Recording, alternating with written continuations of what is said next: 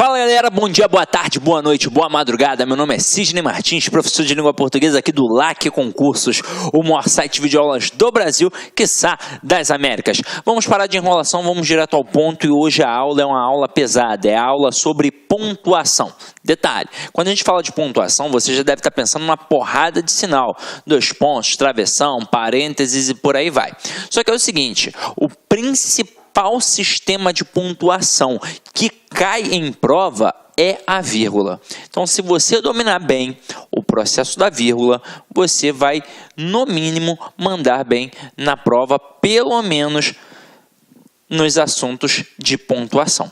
Porque normalmente 95% das questões que cobram pontuação cobram, na verdade, a vírgula. Então, a gente parte desse pressuposto e é por isso que a gente enfatiza sempre a vírgula, ok? Então, vamos lá. Vamos entender o que a gente chama de sinal de pontuação. Então, aqui, ó, chamamos de sinal de pontuação o uso de sinais para marcar na escrita pausas e mudanças de entonação típicas da fala. Então, olha só, eu tenho aqui 3 estruturas com a mesma sentença. O que muda é a pontuação, e isso vai mudar a entonação do camarada na hora da pronúncia. Então, eu digo aqui, ó, eles fecharam a porta. Primeira frase. Segunda, eles fecharam a porta. Agora, a terceira, eles fecharam a porta? Então, isso vai mudar. Então, na escrita, eu marco estas pausas e estas entonações. Eu só não posso dar mole de pensar que a vírgula é uma pausa, porque a vírgula não é. A vírgula, na verdade, é uma estrutura sintática. Então, para que eu possa resolver bem as questões de vírgula, eu tenho de dominar sintaxe. Eu tenho de conhecer muito bem o sistema SVC. Então, aqui, ó, nas provas são frequentemente usadas a vírgula, o ponto e vírgula, os 2 pontos, o travessão e o parênteses. Por que eu destaquei a vírgula? Porque é o elemento mais cobrado na prova. Então, vamos lá, vamos dar uma olhadinha aqui, ó. Vírgula. A vírgula serve para marcar rupturas da ordem direta. Então, eu tenho sujeito, verbo e complementos verbais. E aí, presta atenção no que eu vou te falar aqui agora. A ordem direta da língua portuguesa, ela não pode ter ruptura. Eu não posso quebrar a estrutura na ordem direta da língua portuguesa. Portanto, não há vírgula, exceto para marcar elementos intercalados. E a gente vai entender isso aqui agora, ó. Vocês viram que eu coloquei ali sujeito, verbo e os complementos verbais. E agora eu quero que você entenda muito bem. Na ordem direta, não pode ter vírgula de jeito nenhum. Não pode ter ruptura a ordem direta. Então, eu não posso separar o sujeito do verbo, assim como eu não posso separar o verbo do complemento exigido por ele. Então, muito candidato dá mole nesse momento. O autor da frase, o avaliador da prova, ele coloca a frase na ordem direta e em algum momento ele coloca uma vírgula. Aí você pensa, impossível, ordem direta não pode ter vírgula. Só que quem ensinou isso muito bem pra gente na época da escola foi a professora lá do ensino fundamental, porque ela ensinou assim, ó, SVO e os complementos. Por que ela fez assim? Porque para a gramática tradicional, o verdadeiro complemento do verbo é o objeto. Então, quando a gente fala de complemento verbal, quem é o verdadeiro complemento do verbo? É o objeto, seja ele direto ou indireto. Então, entre o sujeito e o verbo, realmente não pode ter vírgula. E entre o verbo e o objeto, seja ele direto ou indireto, também não pode ter vírgula. Agora, quem é esse camaradinho aqui? O complemento é, na verdade, o complemento adverbial. Então, ele na ordem direta tem como posição original o final da frase. Só que aqui, por ser um termo que meramente indica uma circunstância, a gente pode colocar uma vírgula facultativa. Eu posso colocar uma vírgula facultativa. Pronto, e acabou. Agora eu quero que vocês entendam o seguinte. Vou apresentar aqui uma estrutura. Vou apresentar uma estrutura. E depois a gente vai trabalhar em cima dos slides que eu coloquei aqui para vocês. Eu coloco assim, ó. Sidney comeu uma torta ontem. Nesta frase, a priori, muito candidato vai pensar, ué, não tem vírgula. Realmente não precisa de vírgula. Mas que pode ter uma vírgula? Pode. Aqui, como é que eu vou matar se tem ou não tem vírgula? A primeira coisa é achar o verbo.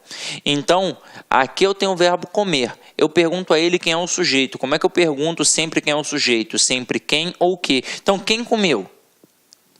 Aqui, ó, Sidney. Então, entre o sujeito e o verbo, não pode ter vírgula de jeito nenhum.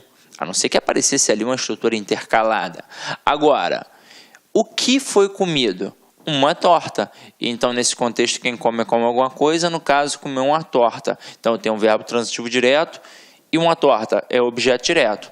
O objeto é o verdadeiro complemento do verbo, porque esse verbo possuía sentido incompleto. Se eu chegasse para você do nada e falasse assim, ó, Sidney comeu, você me perguntar o quê?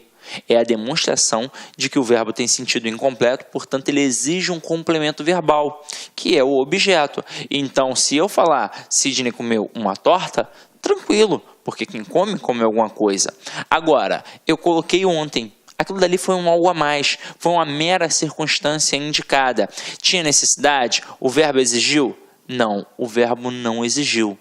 Mas como foi um algo a mais, não tem problema. Só que é o seguinte, nessa estrutura aqui, ó, em que eu tenho sujeito, verbo e objeto, eu realmente não posso ter vírgula. Mas aqui eu posso ter sim uma vírgula, que é facultativa. Agora, se eu estou produzindo um texto, para não deixar o meu texto truncado, eu evito essas vírgulas facultativas. Mas eu preciso usar quando eu quiser, de repente, enfatizar alguma coisa. Então, imagina o seguinte, alguém está reclamando que a cozinha está suja hoje. Aí vai lá, ó, Sidney, comeu uma torta ontem, isso aqui não fui eu não. Entendeu a pegada? Agora, nas provas, os avaliadores gostam de cobrar esse adjunto adverbial deslocado. E aí começa um problema. Que é o seguinte, o que a gramática versa e de forma não muito clara, esse é que é o problema.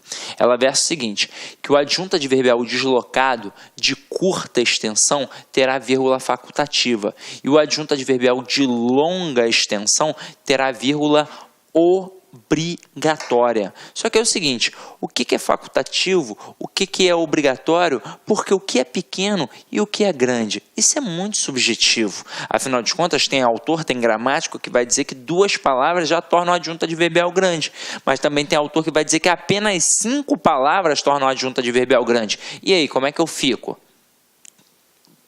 Pô, o que eu vou definir? Aí é o seguinte, a Academia Brasileira de Letras, ela já se posicionou nesse aspecto.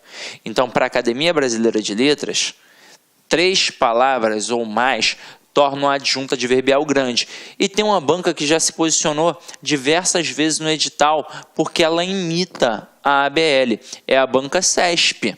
Então, a banca CESP, ela define no edital que 3 ou mais palavras tornam a adjunta adverbial grande. As outras bancas tendem a ir pelo mesmo caminho, mas normalmente sequer entram nessa seara. Elas apenas cobram a justificativa daquela vírgula. Ah, aquela vírgula ali está certa? Tá. Por quê? Porque é um adjunto adverbial deslocado. Ah, mas é facultativo ou obrigatório? Nem entram na seara. Só para citar como exemplo, para a FCC, a vírgula do adjunto adverbial deslocado é sempre facultativa. Não importa se o adjunto adverbial é pequeno ou é grande. Para a FCC é facultativa. Agora, e para as outras bancas? Para Sesgran Rio, para a Vunesp, para Exatos, para, sei lá, banca Consuplan, como é que vai funcionar?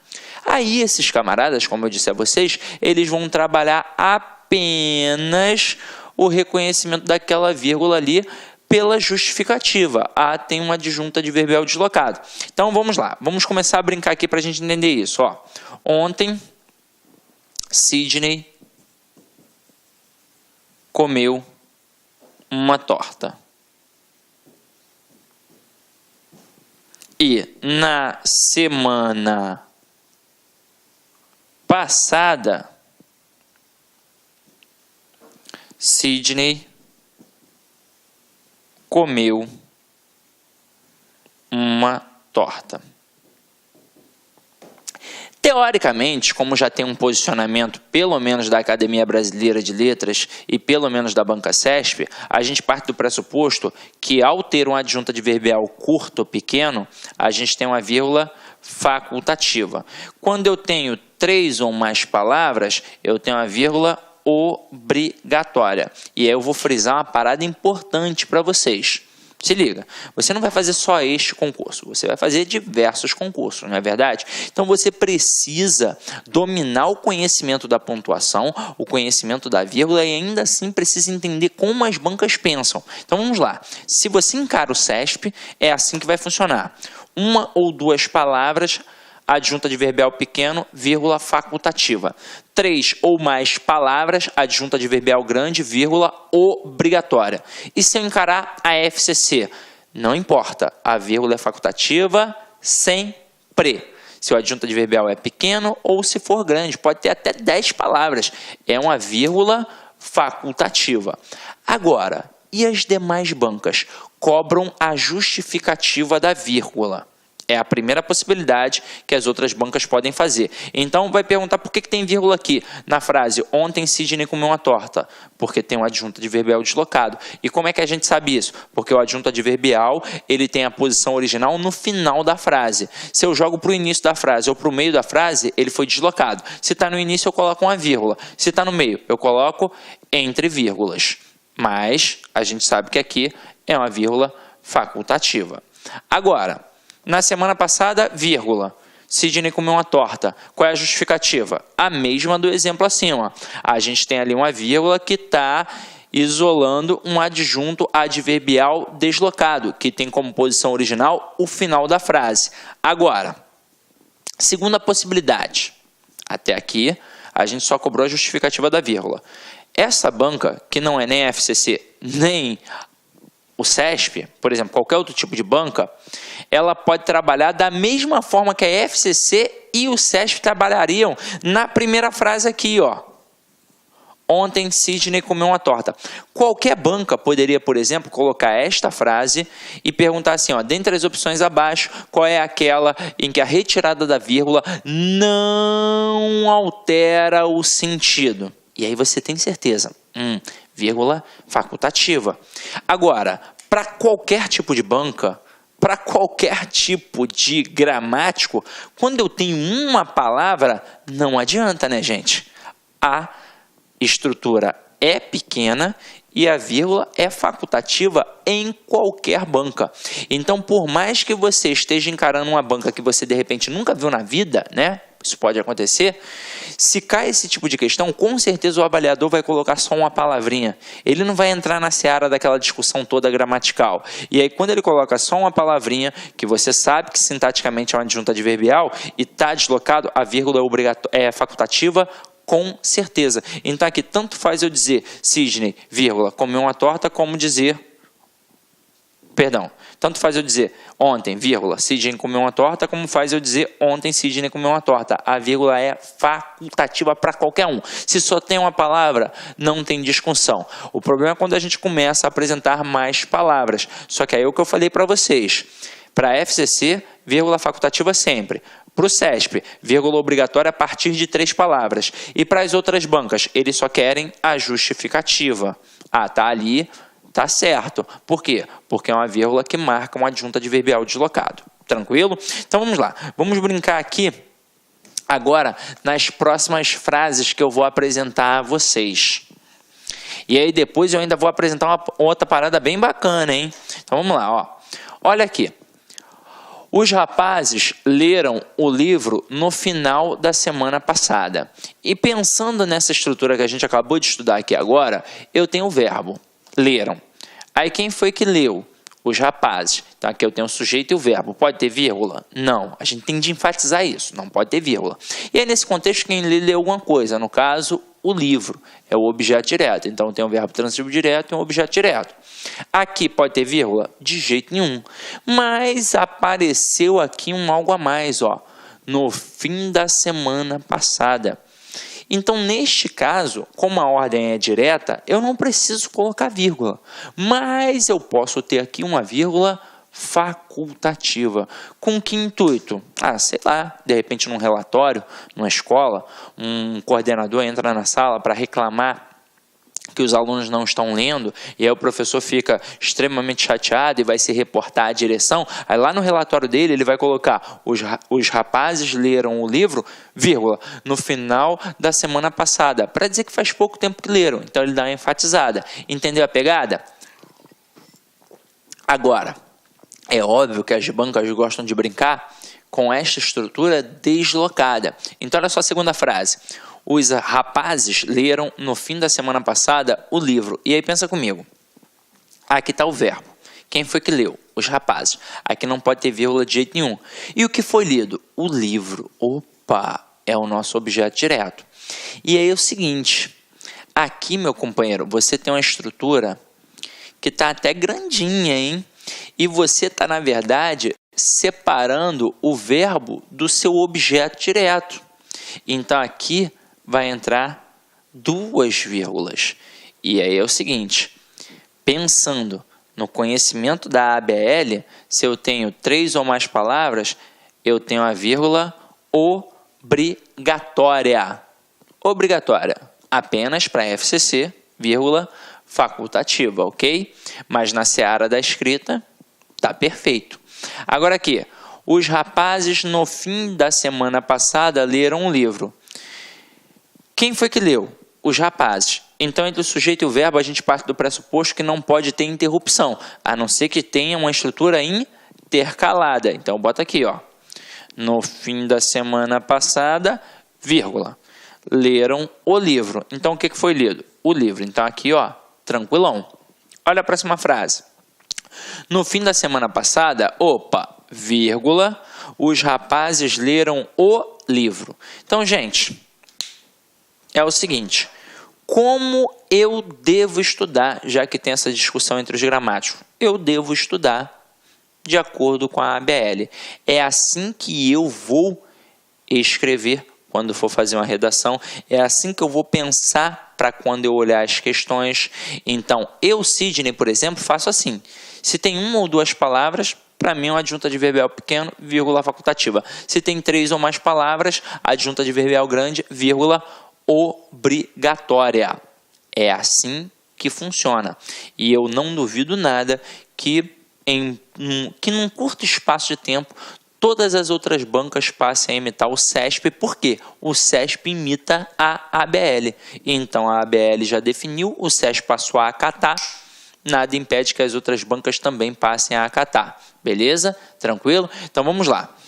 Agora eu quero mostrar uma parada para vocês bacana. E aqui é independente do tamanho do adjunto adverbial. Se liga só. Quando a gente estuda orações subordinadas, a gente estuda a oração subordinada substantiva, a adjetiva e a adverbial. É ou não é verdade? E aí, pensando nas possibilidades de estruturas sintáticas, a gente aprende que a oração subordinada ela exerce uma função sintática em relação à oração principal. Então, se tem valor de advérbio, é porque sintaticamente vai funcionar como adjunto adverbial. A oração adjetiva, como tem valor de adjetivo, sintaticamente vai funcionar como adjunto adnominal, que é uma função própria do adjetivo. E a que funciona como substantivo pode ter função de sujeito, pode ter função de objeto direto, pode ter função de objeto indireto, pode ter função de complemento nominal, pode ter função de aposto e pode ter função de predicativo. Caramba! Na aula de orações subordinadas, você aprende tudo isso. Agora é o seguinte, se aqui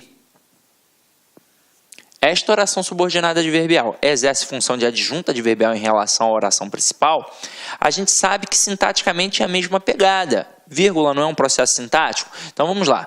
Se eu botar a oração principal e depois colocar a oração subordinada adverbial, eu terei um adjunto adverbial na sua posição original, que é no final da frase. E aqui, então, vai entrar uma vírgula facultativa. Agora, se eu mexo com essa estrutura, se eu começo com a oração subordinada adverbial e depois eu coloco a oração principal, não adianta, eu desloquei o adjunto adverbial. E aqui no caso, eu não vou ficar contando, só tem 2 palavras, não importa. Se é uma oração subordinada adverbial deslocada, eu tenho uma vírgula obrigatória. E aí é para todo mundo, não tem discussão. Isso é cristalizado na gramática, tá? Mas eu vou fazer banca tal também. Não importa. É assim que funciona, tá?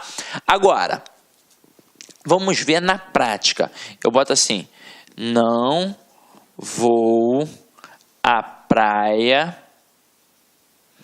porque está chovendo. E na outra, porque está chovendo, não vou à praia. Agora, você vai perceber a importância da conjunção para o processo de pontuação. Porque é o seguinte, ao visualizar a conjunção porque, na hora você já tem a certeza, ou é causal ou é explicativa. Mas eu já vi também, Sidney, que pode adquirir outras nuances. Realmente pode, mas normalmente ou é causal ou é explicativa. É ou não é verdade? E aí, nessa hora, você sabe que a explicativa, ela é coordenativa. Portanto, eu vou ter a oração coordenada assindética, vírgula, porque, explicativo e o resto da sentença. Mas esse porquê ele também pode ser causal. E como é que eu mato isso? Quando eu tenho uma estrutura imperativa, portanto, quando eu tenho uma ordem, eu preciso justificar esta ordem. Então, eu preciso de um porquê explicativo. Então, eu digo assim, João, sai daqui agora, porque eu não gosto de você. Então, na hora que eu digo porque não gosto de você, é uma justificativa para a ordem que eu acabei de dar. Então, ali eu tenho um porquê explicativo. Agora, você vai olhar para essas estruturas e você vai falar assim, mas é uma explicação também. Beleza, parece, tranquilo, eu aceito. Só que é o seguinte, se não tem uma estrutura imperativa, eu terei uma relação de causa e consequência. Então, o porquê, ele vai marcar a causa. E do outro lado vai ficar o quê? A consequência. Então, quando eu digo não vou à praia porque está chovendo, a causa é a chuva. E que tipo de consequência isso acarreta? Não ir à praia. Então, matei. Agora, quando eu tenho, primeiro, a oração principal e depois eu tenho a oração subordinada adverbial causal, que foi assinalada aqui pela conjunção porque, eu tenho uma ordem direta. Aquele elemento ali, aquela oração, sintaticamente exerce a função de adjunto adverbial em relação à oração principal. Só que ela está na posição original, que é no final da frase. Então, aqui entra uma vírgula facultativa. Tranquilo ou não tranquilo? Tranquilo, né? Até aí. Agora, e quando eu começo a estrutura com uma conjunção? Aí não adianta. E é por isso que você tem de ficar ligado. Está fazendo uma questão de pontuação. Ou então está escrevendo um texto para a prova e você começa com a conjunção, você já sabe que ali vai ter uma vírgula obrigatória. E por que eu tenho de saber isso, Sidney? Simples. Quando a gente estudou as estruturas das orações, vocês viram comigo que as orações coordenadas, elas têm uma estrutura fixa. Então, pela sequência, eu tenho a oração assindética primeiro, para depois aparecer a oração coordenada sindética. Então, é impossível que você faça permutas, que você faça uma troca. Então, você não vai começar a frase com uma estrutura que apareça uma conjunção coordenativa. É impossível. Agora, quando você tem a oração subordinada, a estrutura da oração subordinada é móvel. Então, tanto faz se eu vou começar primeiro com a oração principal e depois com a oração subordinada, ou então se eu vou começar com a oração subordinada e depois vou colocar a oração principal. Tanto faz. Então, quando a gente tem uma frase que se inicia com uma conjunção, é óbvio que é de uma conjunção subordinativa adverbial, porque é uma estrutura móvel. E aí, basta eu pegar a sentença toda desta conjunção, ou seja, da oração da qual ela faz parte, e destacar. Então, quando eu digo porque está chovendo, não vou à praia, este porque está chovendo é uma oração subordinada adverbial causal. E se não está na posição original, que é no final da frase, significa que ela foi deslocada. E quando ela é deslocada, ela recebe uma vírgula obrigatória. Tranquilo ou não tranquilo, meu companheiro? Então é isso que você vai assinalar aí, até então. Show? Agora, eu quero que fique bem claro. Por que eu defini bem CESP e FCC e com as outras bancas eu não defini assim de forma categórica? Porque elas não se mostraram. Elas ficaram em cima do muro. Elas têm medo. O camarada pensa, caraca, e aí? Será que eu vou realmente colocar a cara? E se chover recurso, vai que dê algum caô e eu venha a perder o meu cargo aqui na banca? Então os caras, eles não têm pulso firme e não colocam, a não ser que seja aquela pegada. Ah, vou apenas perguntar por que tem uma vírgula aqui, qual é a justificativa? Adjunto adverbial deslocado, independentemente de ser pequeno ou grande. E quando ele trabalhar a concepção da vírgula facultativa, ele é cara de pau, coloca só uma palavra. E isso é facultativo para qualquer banca, para qualquer gramático. Mas ele nunca vai entrar na seara, por exemplo, de colocar 5 palavras e perguntar se aquela vírgula é obrigatória. A não ser a FCC, que vai colocar como vírgula facultativa, porque para ela independe o tamanho do adjunto adverbial, e o CESP, que se tiverem 5 palavras, ela vai colocar como uma vírgula obrigatória, porque para ela 3 ou mais palavras, a vírgula é obrigatória. Tranquilo ou não tranquilo até aí? Então, eu acho que pelo menos esse processo já ficou meio claro na tua cabeça. Então, o que a gente vai fazer aqui agora? A gente vai dar uma pausa nesse primeiro bloco, porque essa aula é muito importante, então ela é um pouquinho longa, aí a gente divide em alguns bloquinhos para isso melhorar a qualidade do vídeo na sua casa, e aí depois a gente continua, tá? Porque tem diversas coisinhas aqui que a gente ainda precisa estudar. Mas, ó, não é para estudar no dia seguinte não, tá? Vai só beber uma água, vai ao banheiro, toma um café, come um biscoito e já volta, tá? Então, é VaptVupt, daqui a pouco no segundo bloco, tranquilo? Até daqui.